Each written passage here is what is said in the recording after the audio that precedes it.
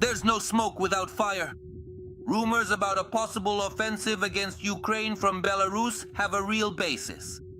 And the Belarusian dictator himself, having dropped the mask of a neutral peacemaker, has announced a partial mobilization of Belarusians and ordered preparations for war.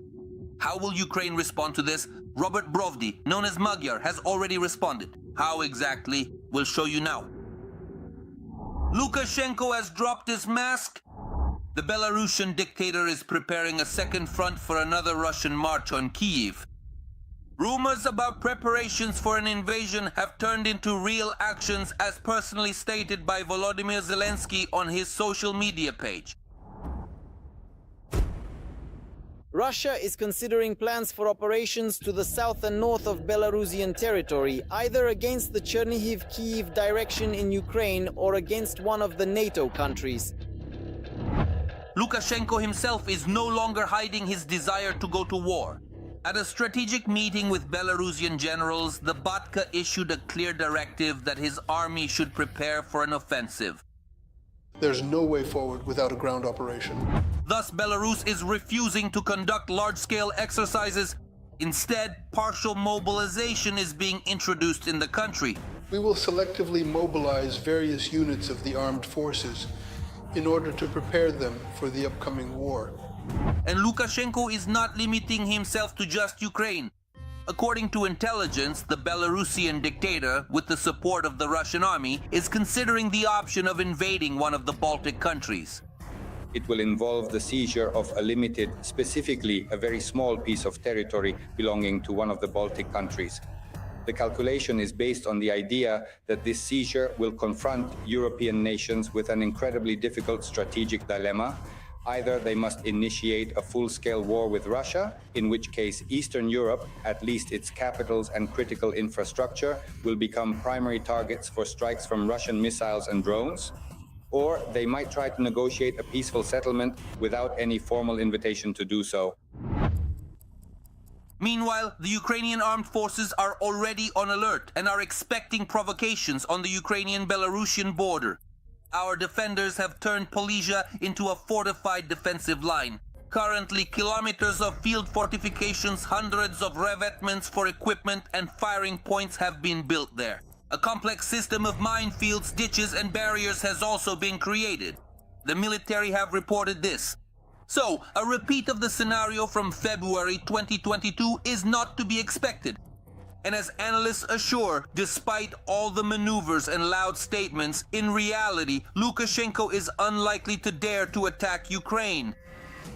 There are no significant troop groups on the border with Ukraine, and there is no large-scale mobilization. So for now, all of this exists only at the level of scare tactics. So far, in fact, we see no serious troop formations moving to the border. We are ready for defense. But the Belarusian army is clearly not ready for an attack. By getting involved in a military conflict with Ukraine, Lukashenko could lose his country. And that's not just a figure of speech. When faced with well-trained and highly motivated Ukrainian fighters, his army doesn't stand a chance. On the very first day, hundreds of drones will fly toward Minsk and Gomel, and the regular army will easily cross the border and march toward the Belarusian capital. And suddenly Ukraine enters. Several battalion tactical groups enter forcefully, knocking out those unprepared for defense, who are only prepared to enter foreign territory, professional Marines, crushing the conscript border guards who have never participated in combat at all. And this can be said about the entire Belarusian army. Not only will the Ukrainian army encounter absolutely no significant resistance, but most Belarusians will also gladly switch over to the side of the Ukrainian armed forces and go to overthrow their unchanging dictator. Since Belarus is not a huge country and its population is quite homogeneous, mobilization and the need to die for the Russians could lead to a repeat of 2020 in the country, that is to large-scale protests involving millions of people, but this time with weapons in their hands and without a powerful Russia backing Lukashenko.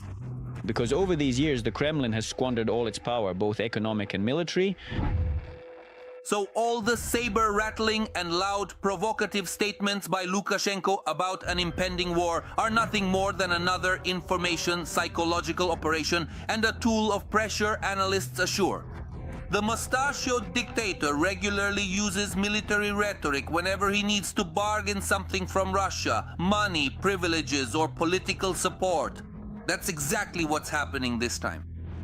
It is abundantly clear that Lukashenko will wriggle out of this in any way he possibly can, like a hedgehog, a snake, or whatever it takes, because he absolutely does not want to get involved in this war.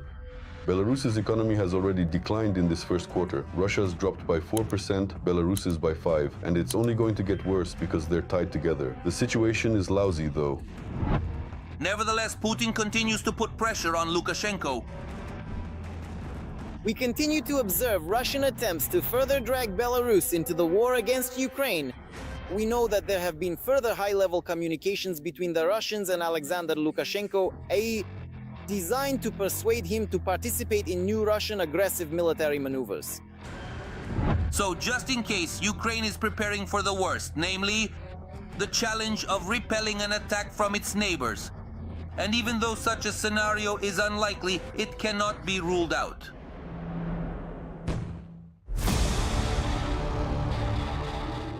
Well then, now it's time to analyze the operational situation on the Konstantinovka front. The Russian world continues to destroy, kill, and maim here as well. On the Konstantinovka front, the enemy carried out 22 attacks near Konstantinovka, Ivanopil, Ilyinovka, Rusinoye, Toretskoye, Shakovoye, Sofiyivka, and in the direction of Volny and Kuchery Yar. Nuclear weapons are once again in the spotlight, so Russia is building up its capabilities and does not stop making threats. But while Putin is resorting to nuclear blackmail, his army is preparing a new offensive. According to Ukrainian intelligence, Russia is now actively considering plans for military operations against the Chernihiv-Kyiv direction from the territory of Belarus, and is also working out scenarios for an attack, attention, on one of the NATO countries. Let's take a closer look at how real these threats from the Kremlin terrorists actually are. Russia is capable of launching a nuclear strike at any moment and at any distance. This was stated by Ukraine's intelligence chief Kyrylo Budanov, but he adds, it is not a matter of technical capability, but rather a political decision. Crucially, there's no sign of preparation for such a strike. The nuclear scare tactics were already around back in 2022, when Medvedev openly told everyone that God forbid anything hits Crimea, there would be a nuclear strike on Ukraine and maybe even something against Europe. Well, the first strikes did happen, I remember, on August 9th, 2022, the first missiles arrived. Then the SBU launched their Sea Baby drones into Sevastopol Bay, and there was much more after that. That's why we'll keep hearing this from time to time, because the Russians have no other argument. Nevertheless, Russia's nuclear potential still remains a very serious threat. Analysts note that Moscow is ramping up its capabilities at the fastest pace since the Cold War. This is not just about missiles, but also about a general increase in military presence near NATO's borders. Russian authorities are also actively using nuclear rhetoric. In particular, Vladimir Putin has spoken about the need to ensure strategic security and has mentioned new missile systems capable of carrying nuclear warheads. According to experts, such statements are a form of pressure and intimidation. Risks of using nuclear weapons. Well, such risks always exist. But I think we really need to understand one very simple thing. If the Russian leadership truly believed that using tactical nuclear weapons would immediately lead to Ukraine's surrender, and if they were certain that they would face absolutely no consequences for it, say from China, the United States, or other major nuclear states, then they would have certainly done it long ago. So we will keep hearing about this, but I think that first and foremost, China is categorically against it, and they have frankly warned the Russians not to mess around. At the same time, Russia is preparing new strikes against Ukraine. According to President Volodymyr Zelensky, Ukrainian intelligence has obtained documents indicating preparations for missile and drone attacks.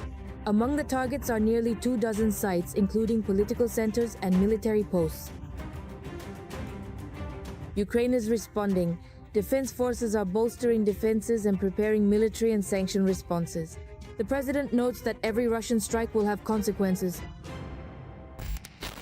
At the same time, another risk remains from Belarus. According to Ukrainian authorities, Russia is trying to involve Minsk in new operations. We are talking about possible actions both against Ukraine, particularly in the Chernihiv-Kyiv direction, and against NATO countries. Infrastructure is already being created on the territory of Belarus that could be used for an offensive. However, according to Ukrainian border guards, there are not enough forces there for a full-scale attack. Despite all the threats, Ukrainian authorities emphasize that the key factor remains the state's ability to resist, because it is this, and not attempts at intimidation, that determines the real balance of power and the course of the war. Ukraine will undoubtedly defend itself and its people if Alexander Lukashenko makes a mistake and decides to support this Russian intention as well. They will keep firing until the end of the war.